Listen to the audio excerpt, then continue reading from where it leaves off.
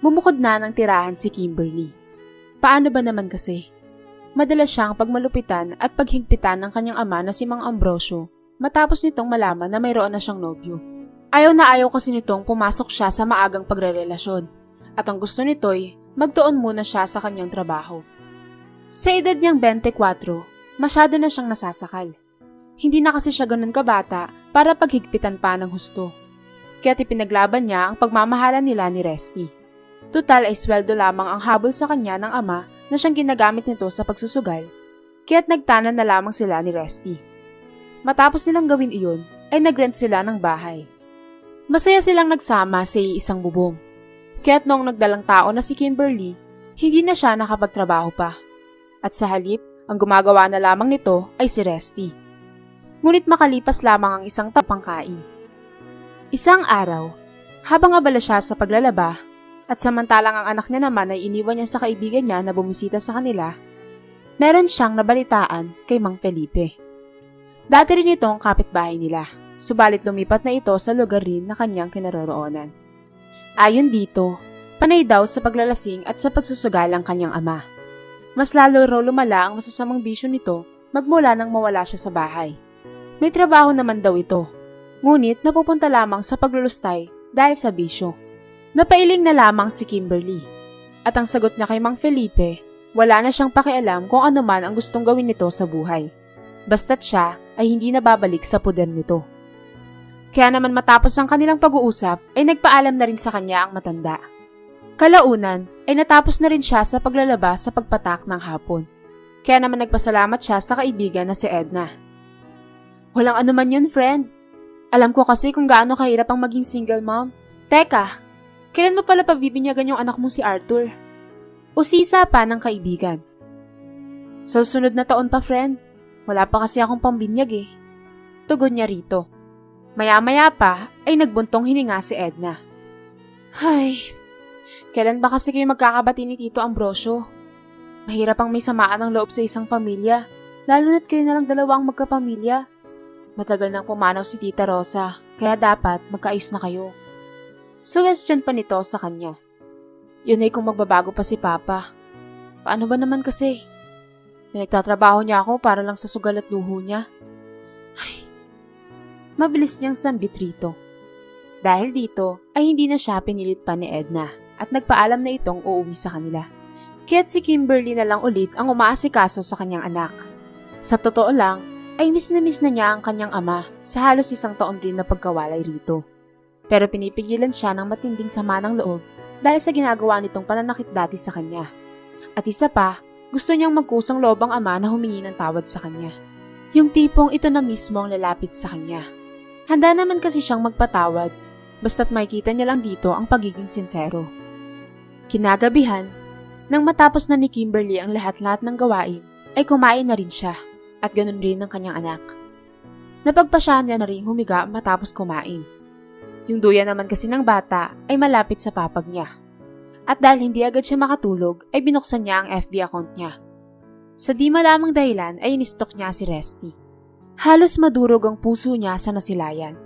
Dahil masayang-masaya ito, kapiling ang buntis na bagong kinakasama. Nakita pa niya sa ilang litrato nito na nakakapamasyal pa ang mga ito sa magagandang lugar. Mukhang maganda ang trabaho ngayon ni Resty. Subalit magmula nang iwan siya nito, hindi man lang ito nag-aabot ng sustento para sa kanilang anak. Sobra siyang nasasaktan kapag naiisip niya iyon. Pero kailangan niyang maging matatag at tanggapin na lamang ang pagkatalo. Mawalan man ng ama ang anak niya, gagawin niya ang lahat para lang maigapang ito. Kaya naman pinatay niya na ang cellphone at natulog na. Magmula nito, ay mas dinadamihan niya na ang pagtanggap ng labada. At mabuti na lang, laging bumibisita si Edna, kaya ito ang tagapagbantay ng bata. Isang araw, nagtungo si Kimberly sa SSS upang mag-loan. Gagamitin niya kasi ito para sa maliit na negosyo. Nang biglang tumawag si Edna. Ayon dito, yung tatay niya raw ay lumusob sa apartment. Hinahanap raw siya at nanghihingi pa ng pera. Sinayan, siya nga pala, mag-apply ka kaya ng panibagong trabaho, friend. Para naman hindi sa paglalabada yung ginagawa mo, nakakapagod kaya yung pinaggagawa mo. Sambit pa nito. Saka na, kapag may magbabantay na kay Arthur, wala kasing mapag-iiwanan eh. Alam kong madalas ka ring busy. Sa totoo nga lang, gusto ko rin na maghanap ng panibagong mapapasukan eh. Nakaka-stress rin kasi yung paglalaba. Kaya nga ako nag-loan sa SSS para magnegosyo na lang kahit maliit eh. Kasi kahit naka-washing machine pa yung labada, pero tambak naman, nakakapagod rin. Hayaan mo, babalik ulit ako sa pagiging call center agent. Nakangiting tugon ni Kimberly. Alam mo friend, tama ka dyan. Maganda yung idea mong pagtitinda ah. Para naman may pantustos ka sa bata. Natutuwang tugon ni Edna at nagpaalam ng uuwi na sapagkat may gagawin rin ito sa kanilang bahay. Mabilis na lumipas ang mga araw hanggang sa isang tanghali ay may tumawag sa kanya na isang staff sa kumpanyang pinasukan niya noon. Hindi muna siya naglabada nito dahil binabantayan niya ang anak. Kahit nga ang pagpapatayo ng maliit na sari-sari store ay di niya na tinuloy. At ayon raw sa kanilang boss, kung ready na siyang pumasok ay laging bukas ang opisina nito para sa kanya. Mas papalakihin pa raw nito ang kanyang sweldo. Kaya naman sa labis na kagustuhan na guminhawa ang buhay nila ng kanyang anak, hindi niya hinindian ang alok sa kanya. At sa halip, ay sinabi pa niya rito na kinabukasan ay pupunta siya sa opisina ni Mr. Rodriguez. At sumapit na ang araw na iyon, agad siyang pumunta sa opisina ni Mr. Rodriguez. At pagkatapos nito ay masinsinan silang nag-usap. Pinag-usapan nila ang pagtatrabaho niyang muli sa kumpanya. Pumayag naman siya kaya't ang sabi ng kanyang amo, bukas ng gabi ay pwede na siyang mag-umpisa. Kaya naman pinaghandaan niya ang gabing iyon. Pero bago iyon ay naghanap muna siya ng tagapagbantay kay Arthur. At yon ay ang kanyang kapitbahay. Kaya naman magmula nito ay naging kampante na si Kimberly dahil meron nang nagbabantay sa kanyang anak. Tuwing umaga hanggang hapon niya lang nakakasama ang baby. Pero sa pagsapit ng gabi ay busy na siya sa trabaho. Buti na lang, matyaga at mahaba ang pasensya ni Joanne sa pagbabantay ng kanyang anak.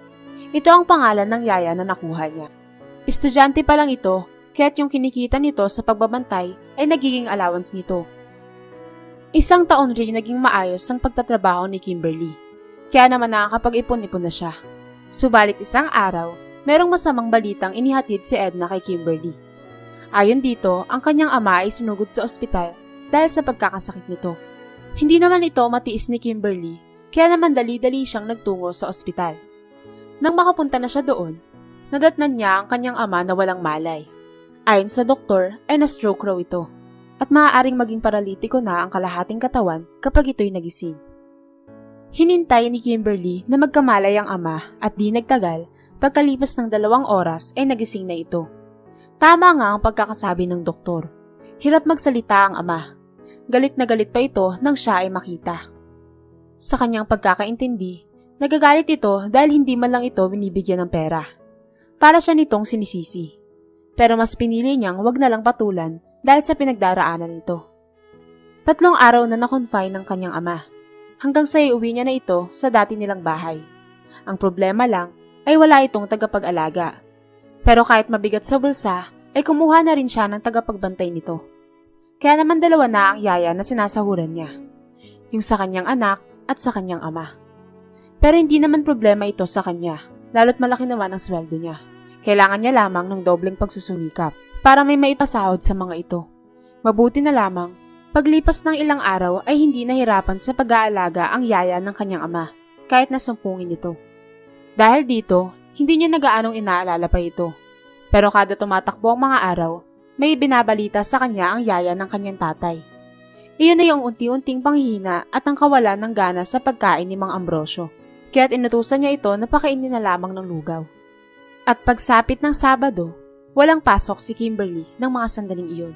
Kaya't napagpasyahan niyang bisitahin ng ama. Pero sa halip na magandang balita ang malalaman niya ay bad news ang kanyang nalaman. Ayon kay Helen, na yaya ni Mang Ambrosio, mas nawawalan raw ng gana sa pagkain ng matanda. Kaya't kinausap ni Kimberly ang ama. Bakit hindi ka kumakain pa? Kailangan yun para lumakas kayo.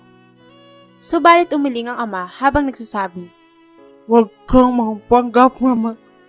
Kunwari, may masakit ka sa akin dahil ang totoo, tuwang-tuwa ka sapagkat malapit na ako mamatay. Ha? Pa, mali po kayo nang iniisip. Ayoko pong malagay kayo sa alanganing buhay. Dahil kahit ganyan kayo sa akin, tatay ko pa rin kayo. At mahal na mahal ko po kayo. Natawa si Mang Ambrosio. Mahal, kapakarami kong atraso sa'yo. Kaya alam kong hindi mo kong mapapatawad. Totoong pinagsasabaw kita parang may pagsaya ako sa sugal. At totoong ayaw kitang maagang mag-asawa dahil para matustusan mo pa ako. At palagi kitang pinagbubuhatan ng kakamay. Ang mga nagawa ko sa'yo noon ay talaga napakabigat na kasalanan. Pero pinagsisisihan ko na yan, anak. Yung napakadaya yan ng tadhana dahil kung kailan na pagtutug ko na yung mga maling pinagagawa ko, saka naman ako mamamatay.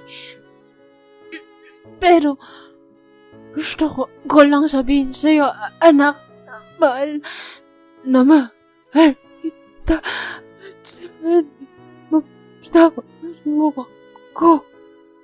Utal at nanghihinang sambit ni Mang Ambrosio. Samantalang si Kimberly ay di maiwasang tumulo ang luha sa mga mata. Huwag niyong sabihin yan pa. Tagal pa kayong mabubuhay. Hindi pa kayo mamamatay, okay? Tagal ko na po kayong napatawad pa eh. Kaya, sana huwag niyo isipin na sobrang laki ng galit ko sa inyo. Wala na po yan sa akin. Sana mas matimpang pa rin po ang katotohanan na kayo ang tatay ko. Sambit ni Kimberly. Kaya naman naiyak rin si Mang Ambrosio. Samantalang si Kimberly ay lumapit upang ito yakapin ng mahigpit. Unang pagkakataon lang nila naranasan ang mabagbag damdamin na sandaling iyon. At unang beses niya ring marinig sa ama na tinawag siya nitong anak at humihingi pa ng kapatawaran sa kanya. Hanggang sa lumilipas ang mga araw na puro trabaho na lamang ang ginagawa ni Kimberly. Malaki kasi ang tiwala niya na maaalagaan ng mga yaya na kinuha niya ang dalawang mahal niya sa buhay. Pero isang hapon, halos pagsakluban ng langit at ng lupa si Kimberly. Paano ba naman kasi?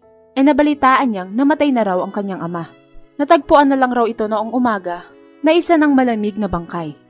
Kaya't panay ang hagulgol at iyak ni Kimberly ng sandaling iyon. Ipinagbigay alam niya sa boss ang nangyari sa kanyang ama at bumali pa siya rito. Mabuti na lamang ay sadyang mabait ang amo. Pinagbigyan nga siya nito. Kaya't napaburol niya ito sa punerarya. Ang mga nakilamay ay ang mga katrabaho niya, mga kaibigan gaya ni Edna at ang iilang mga kamag-anak. Isang linggo itong ibinurol at pagkatapos ay inilibing na rin. Kaya naman matinding pagluluksa ang pinagdaanan ni Kimberly. Mabuti na lang ay nakapag-usap sila ng maayos ng ama bago ito pumanaw. Tama na yan, friend. Kung nasaan man ngayon si Tito Ambrosio, sigurado akong masaya na siya ngayon. Pagpapagaan ng loob ni Edna sa kanyang kaibigan habang nasa harapan sila ng libingan ni Mang Ambrosio. Nang araw na yun, ay pinagdiriwang nila ang ika-40 araw ng pagkamatay nito. Paano ako hindi iyak din? Bata pa naman kasi si Papa. Dapat hindi pa siya maagang mawala eh. Dapat maraming taon pa niya may enjoy ang buhay at masaya. Tugon ni Kimberly, habang pinupunasan ng luha. Yan talaga ang buhay, friend. May maagang nawawala, kaya dahil sa pagkatotoo ang sinasabi ng kanyang kaibigan. Paminsan-minsan na lang siya pumapasok.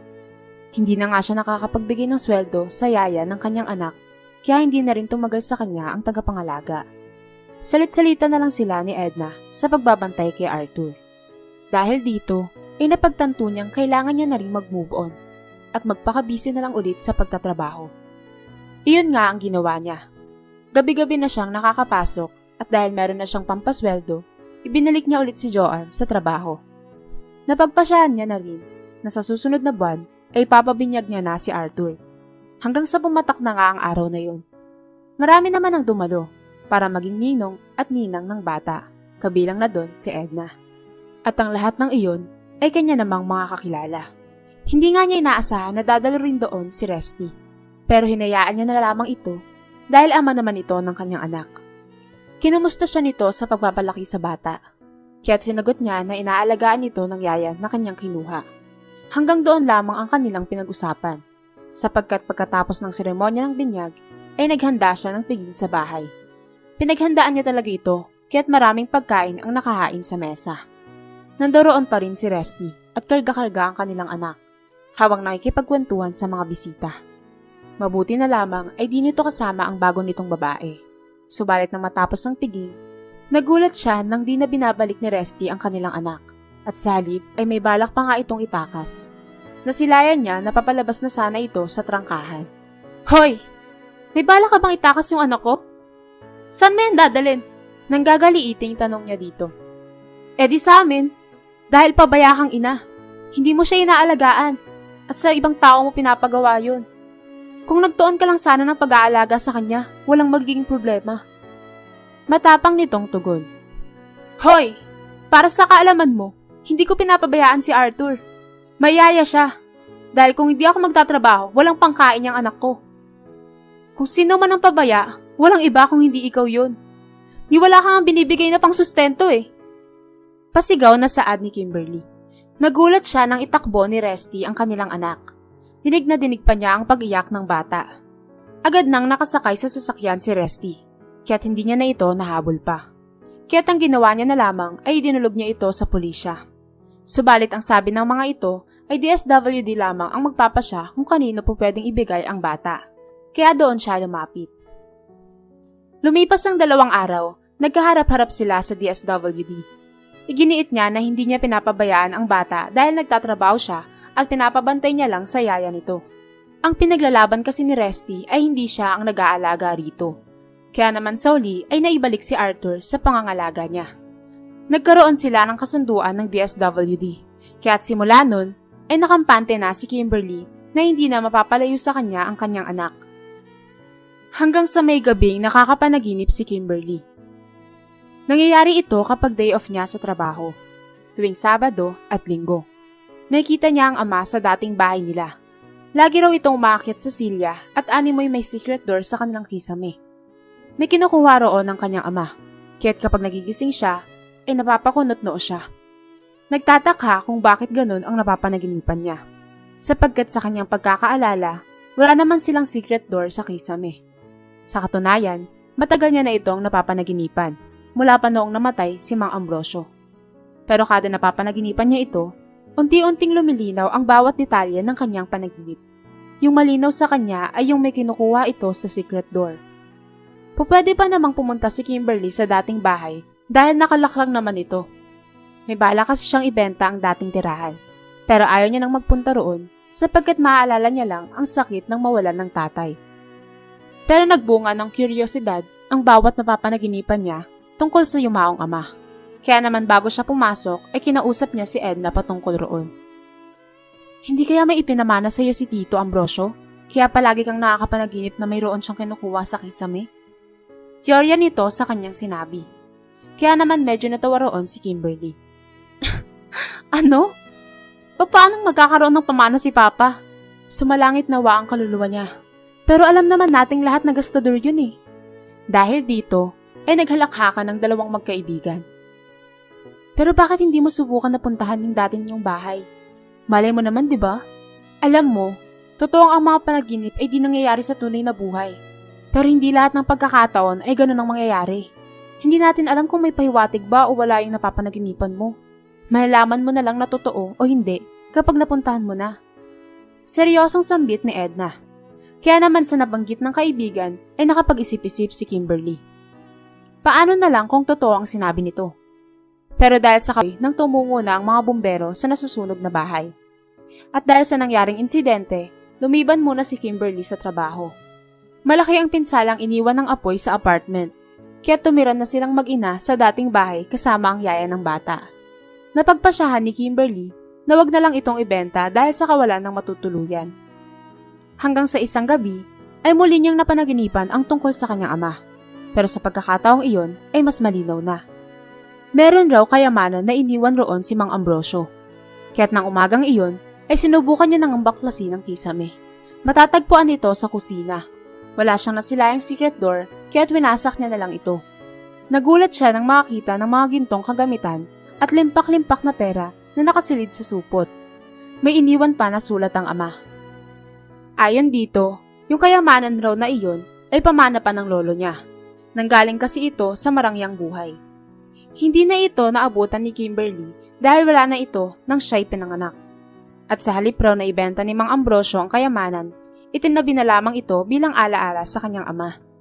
At yung pera pala na kasama ng mga kayamanan, ipon iyon ni Mang Ambrosio. Simula raw na magkatrabaho si Kimberly ay nag-ipon ito ng mga barya. Hindi pala totoo ang hinala ni Kimberly na yung lahat na ibinibigay sa kanya ng ama ay nilulustay lamang nito sa pangsusugal.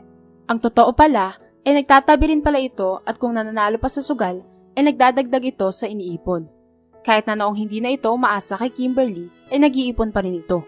At ayon pa sa sulat ay para raw ito sa kinabukasan niya at ng kanyang apo. Kaya naman nangilid ang luha sa mga mata ni Kimberly. Doon niya nalaman na may malasakit pala ang kanyang ama sa kinabukasan nilang mag-ina. Mahal na mahal talaga siya ng kanyang tatay.